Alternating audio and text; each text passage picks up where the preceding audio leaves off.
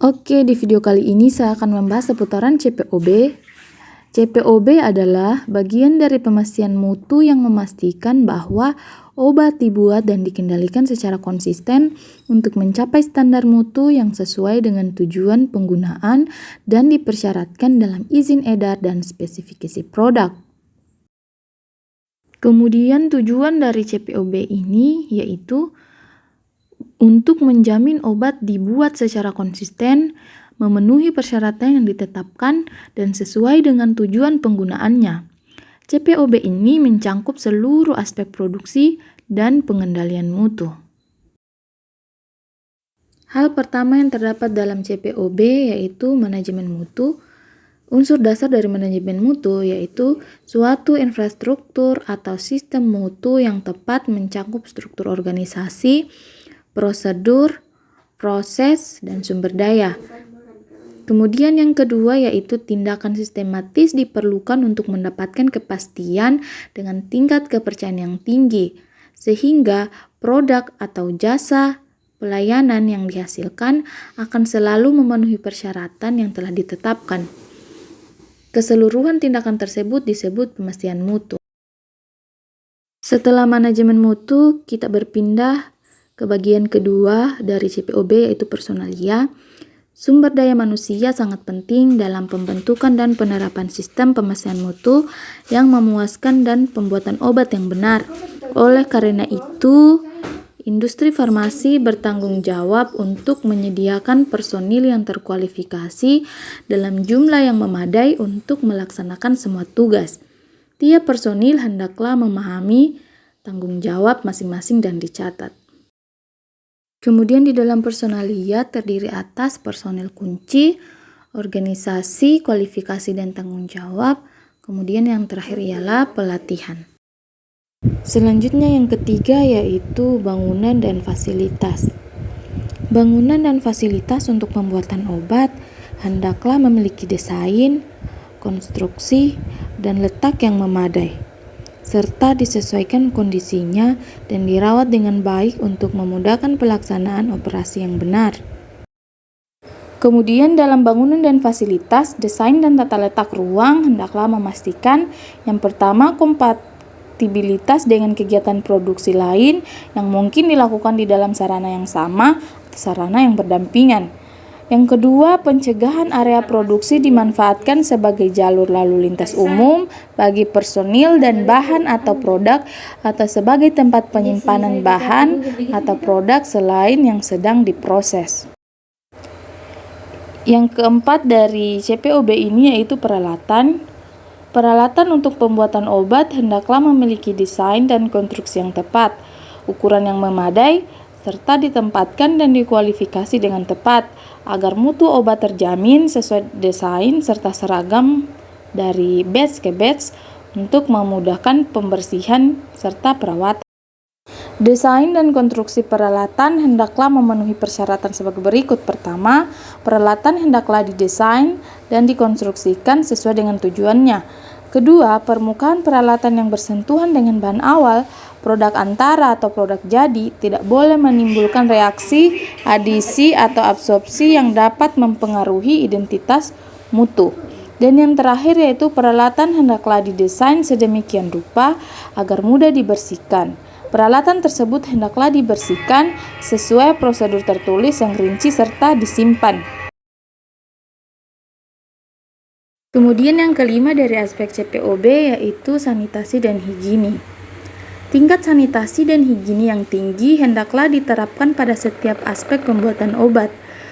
Ruang lingkup sanitasi dan higini meliputi personil, bangunan, peralatan dan perlengkapan, bahan produksi serta wadahnya, dan segala sesuatu yang dapat merupakan sumber pencemaran produk. Sumber pencemaran potensial hendaklah dihilangkan melalui suatu program sanitasi dan higini yang menyeluruh dan terpadu. Kemudian di dalam sanitasi dan higini ini ada yang namanya higini perorangan, yaitu tiap personil yang masuk ke area pembuatan hendaklah mengenakan pakaian pelindung yang sesuai dengan kegiatan yang dilaksanakannya. Kemudian yang kedua yaitu sanitasi bangunan dan fasilitas. Bangunan yang digunakan untuk pembuatan obat hendaklah didesain dan dikonstruksi dengan tepat untuk memudahkan sanitasi yang baik. Kemudian aspek keenam dari CPOB yaitu produksi. Produksi hendaklah dilaksanakan dengan mengikuti prosedur yang telah ditetapkan dan memenuhi ketentuan CPOB yang menjamin senantiasa menghasilkan produk yang memenuhi persyaratan mutu serta memenuhi ketentuan izin pembuatan dan izin edar atau registrasi. Selanjutnya, di dalam produksi ini terdiri atas bahan awal, validasi proses, pencegahan pencemaran silang, kemudian ada sistem penomoran batch atau lot, kemudian ada penimbangan dan penyerahan, pengembalian dan pengolahan, bahan dan produk kering. Kemudian yang ketujuh dari aspek CPOB yaitu pengawasan mutu. Pengawasan mutu merupakan bagian yang esensial dari cara pembuatan obat yang baik untuk memberikan kepastian bahwa produk secara konsisten mempunyai mutu yang sesuai dengan tujuan pemakainya. Keterlibatan dan komitmen semua pihak yang berkepentingan pada semua tahap merupakan keharusan untuk mencapai sasaran mutu mulai dari awal pembuatan sampai kepada distribusi produk jadi. Bagian pengawasan mutu hendaklah mempunyai tugas pokok sebagai berikut. Yang pertama, menyusun dan merevisi prosedur pengawasan dan spesifikasi. Yang kedua, menyiapkan prosedur tertulis yang rinci untuk melakukan seluruh pemeriksaan, pengujian, dan analisis. Kemudian yang ketiga yaitu menyusun program dan prosedur pengambilan sampel secara tertulis. Kemudian yang keempat yaitu memastikan pemberian label yang benar pada wadah bahan dan produk. Kemudian selanjutnya yaitu inspeksi diri dan audit mutu. Tujuan inspeksi diri adalah untuk mengevaluasi apakah semua aspek produksi dan pengawasan mutu industri farmasi memenuhi ketentuan cara pembuatan obat yang baik atau CPOB. Program ini diinspeksi diri hendaklah dirancang untuk mendeteksi kelemahan dan pelaksanaan CPOB dan untuk mendapatkan tindakan perbaikan yang diperlukan. Inspeksi diri hendaklah dilakukan secara independen dan rinci petugas yang kompeten dari perusahaan. Kemudian aspek yang ke-9 dari CPOB yaitu penanganan keluhan terhadap produk, penarikan kembali produk, dan produk kembalian.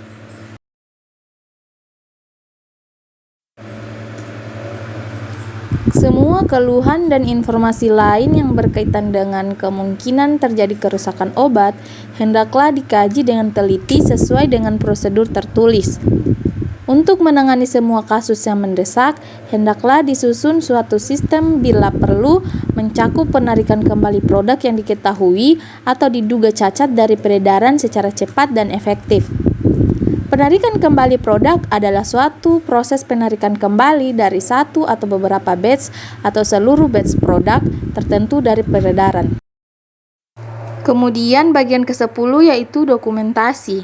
Dokumentasi adalah bagian dari sistem informasi manajemen dan dokumentasi yang baik merupakan bagian yang esensial dari pemastian mutu.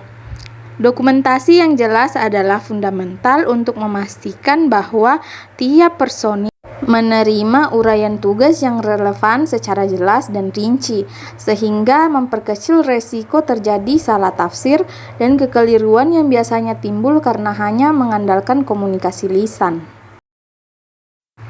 Setelah itu, ada pembuatan dan analisis berdasarkan kontrak. Kemudian aspek yang terakhir dari CPOB yaitu kualifikasi dan validasi. Setelah pembahasan CPOB, saya akan memberikan contoh dari sediaan sirup. Jadi yang pertama, sirup merupakan sediaan cair yang mengandung sukrosa tidak kurang dari 64% dan tidak lebih dari 66%. Sukrosa merupakan bahan pemanis yang paling sering digunakan dalam pembuatan sirup. Kemudian contoh sirup yang saya ambil pada video kali ini yaitu obat sirup Siladex antitusif. Gambarnya bisa dilihat seperti ini. Kemudian deskripsi obatnya, Siladex adalah obat yang digunakan untuk mengurangi batuk kering yang disertai alergi. Obat ini merupakan obat bebas terbatas yang mengandung zat aktif dextromethorphan MBR dan chlorpheniramine maleat. Kemudian dosis obat ini untuk dewasa dan anak-anak 12 tahun ke atas itu 1 sendok takar atau sama dengan 5 mili sebanyak 3 kali sehari. Kemudian untuk anak-anak 6-12 tahun itu 1/2 sendok takar atau 2,5 mili sebanyak 3 kali sehari. Untuk aturan pakainya, yang pertama dikonsumsi sesudah makan. Kocok botol obat setiap akan dikonsumsi dan simpan pada suhu di bawah 30 derajat Celcius.